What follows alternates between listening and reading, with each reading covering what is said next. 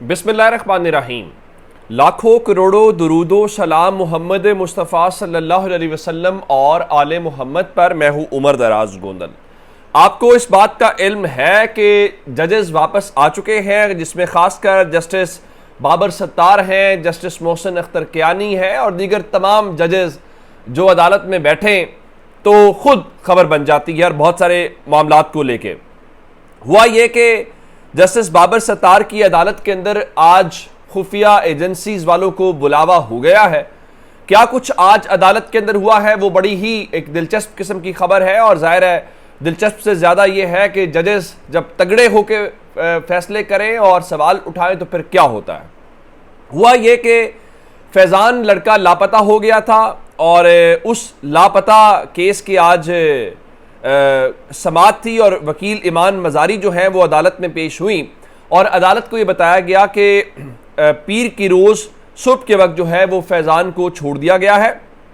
तो उसके बाद अदालत ने बड़े बुनियादी किस्म के सवालात उठाए और उन्होंने पूछा कि चलिए ये तो ठीक है वो वापस आ गए हैं, लेकिन क्या फैज़ान की वापसी पर उससे तफ्तीश की गई है कि उसे कौन लेकर गया था और कहाँ लेकर गया था। तो पुलिस हुकाम ने बताया अभी हमने तफ्तीश तो नहीं की, फैज़ान की एक वीडियो अपलोड हुई थी तो जस्टिस बाबर सत्तार ने फैज़ान के वापस आने पर उससे तफ्तीश न करने के ऊपर बरहमी का इजहार किया और जस्टिस बाबर सत्तार ने पूछा कि वो वीडियो अपलोड कहाँ से हुई, क्या इस बात को चेक किया गया है। तो पुलिस हुकाम ने कहा जी इससे मुतल्लिक IT वालों से राब्ता किया गया है। उसके बाद जस्टिस बाबर सत्तार साहब ने गुस्से का इजहार किया और कहा कि 4 रोज हो गए और आप अभी तक तफ्तीश नहीं कर सके। जिसके बाद अली नासिर रिजवी जो IG इस्लामाबाद हैं, अदालत ने उनको फौरी तौर पे तलब किया और अदालत ने बरहमी का इजहार किया। जिसके बाद जो अली नासिर रिजवी IG इस्लामाबाद हैं वो अदालत के तलब करने के ऊपर इस्लामाबाद हाई कोर्ट में पहुंच गए और हाई कोर्ट पहुंचने के बाद जो रिपोर्ट जमा कराई गई IG इस्लामाबाद के ने अदालत ने उस रिपोर्ट को गैर तसल्ली बख्श करार दे दिया। और उसके बाद जब जस्टिस बाबर सत्तार ने वक्फे के बाद दोबारा अदालत शुरू की तो IG पेश हो चुके थे। तो उन्होंने IG को कहा कि IG साहब क्या मेरे ऑर्डर में कोई इबहाम था, यानी कोई कंफ्यूजन थी, कोई क्लैरिटी नहीं थी, क्या मसला क्या था।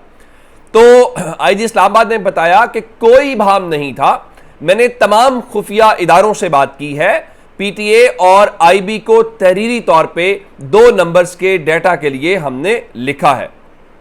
तो उसके बाद IG इस्लामाबाद ने बताया कि जनाब ट्विटर अकाउंट का पता लगाने के लिए PTA से हमारी मीटिंग हुई है।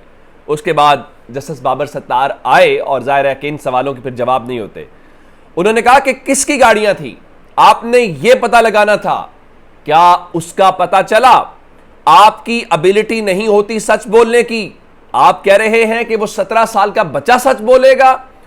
तो उसके बाद IG इस्लामाबाद ने बताया जी जो इंटेलिजेंस एजेंसीज के हेड्स हैं मैं उनसे मिला हूं और जब ये सारा कुछ हुआ तो जस्टिस बाबर सत्तार ने कहा कि देखिए जिसको उठा लिया जाता है उसकी वापसी से यह मतलब नहीं होता कि केस खत्म हो गया है। लोगों को उठाकर ले जाते हैं और फैमिलीज को धमकियां दी जाती हैं। उसके बाद अदालत ने जो पेशरफ्त की है वो बड़ी जाहिर है कि गैर मुतवक्के भी है और फिर इसी वजह से इस्लामाबाद हाई कोर्ट के जजेस के तबादले करने की बातें होती हैं कि हम जी कॉन्स्टिट्यूशनल अमेंडमेंट लेके आएंगे, अब हम जजेस को ट्रांसफ़र किया करेंगे एक कोर्ट से दूसरी कोर्ट में, क्योंकि इस तरह तो कबूल नहीं है।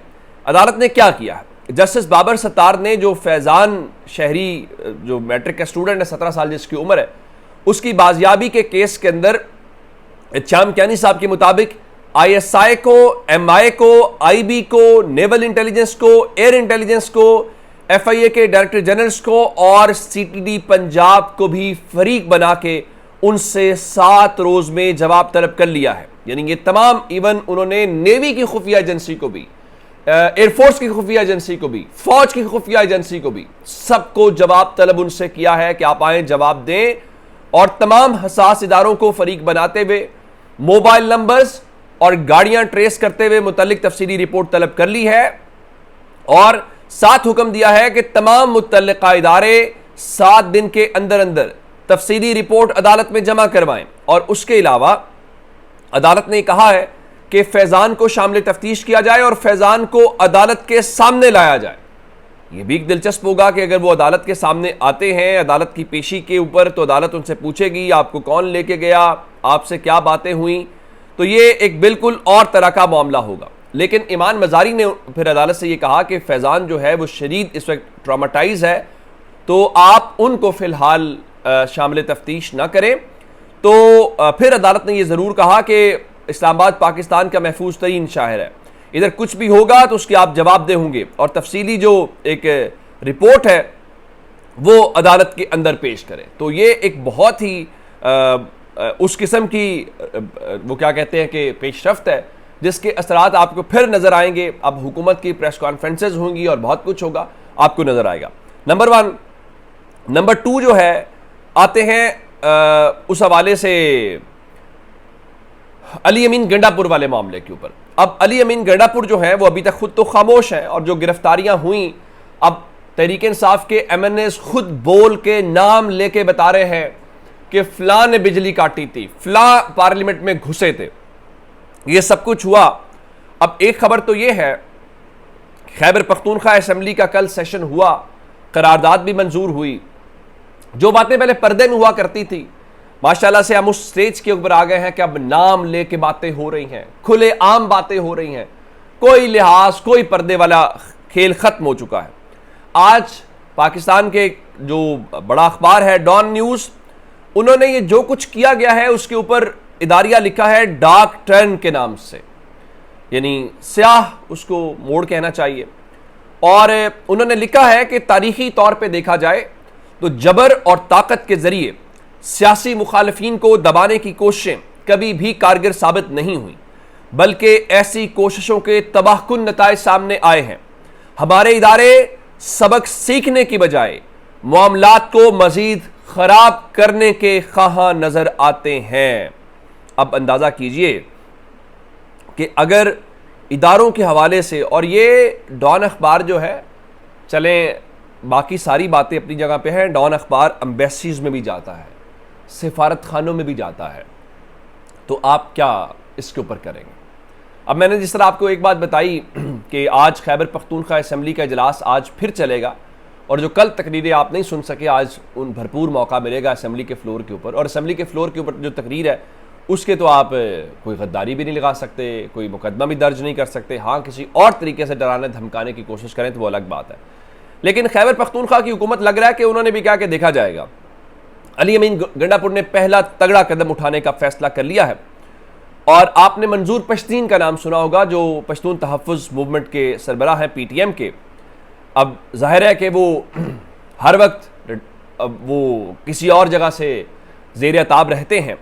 अब उन्होंने 11 अक्टूबर को एक जरगा तलब कर रखा है। उस सिलसिले में खैबर पख्तूनख्वा की हुकूमत ने यह फैसला कर लिया है कि वो मंजूर पश्तीन को वज़ीर आला हाउस में इनवाइट करेंगे, और न सिर्फ इनवाइट करेंगे बल्कि 11 अक्टूबर के जरगे के जो मुतालिबात आइन के मुताबिक हैं उनमें मंजूर पश्तीन का साथ दिया जाएगा, और मंजूर पश्तीन के साथ मुज़ाकरात किए जाएंगे। अब अगर मुज़ाकरात के हवाले से बात होगी तो फिर आप उससे अंदाज़ा लगा लीजिए कि वो असेंबली की तकरीरें, करारदाद और मंजूर पश्तीन का वज़ीर आला हाउस में आना, मुज़ाकरात करना, मेरा ख्याल ये है कि अब ये एक बिल्कुल नया रुख है। अब ये अलग बात है कि अली अमीन गंडापुर के हवाले से वो खुद कहें कि भाई मुझे तो बुलाया गया था किसी सिक्योरिटी के इजलास के ऊपर, और अब ख़बरें चलवाई जाएं कि जनाब देखे वो फ़लाँ के इदारे के दफ्तर में उनको था, वहाँ उन्होंने अपनी तकरीर पे माजरत की और माफ़ी मांगी। अगर तो ये माफ़ी मांग रहे हैं तो फिर असेंबली से करारदाद क्यों मंजूर करवा रहे हैं? अगर तो उन्होंने माफ़ी मांगी है तो क्यों वो खुल के कल इमरान रियाज से भी कह रहे थे कि मैं अपने अल्फाज पे कायम हूँ, और अभी इमरान खान से मुलाकात के बाद वो अपना रद्दमल देंगे तो उससे अंदाज़ा हो जाएगा। अपना बहुत सारा ख्याल रखिएगा। खुदा हाफिज़।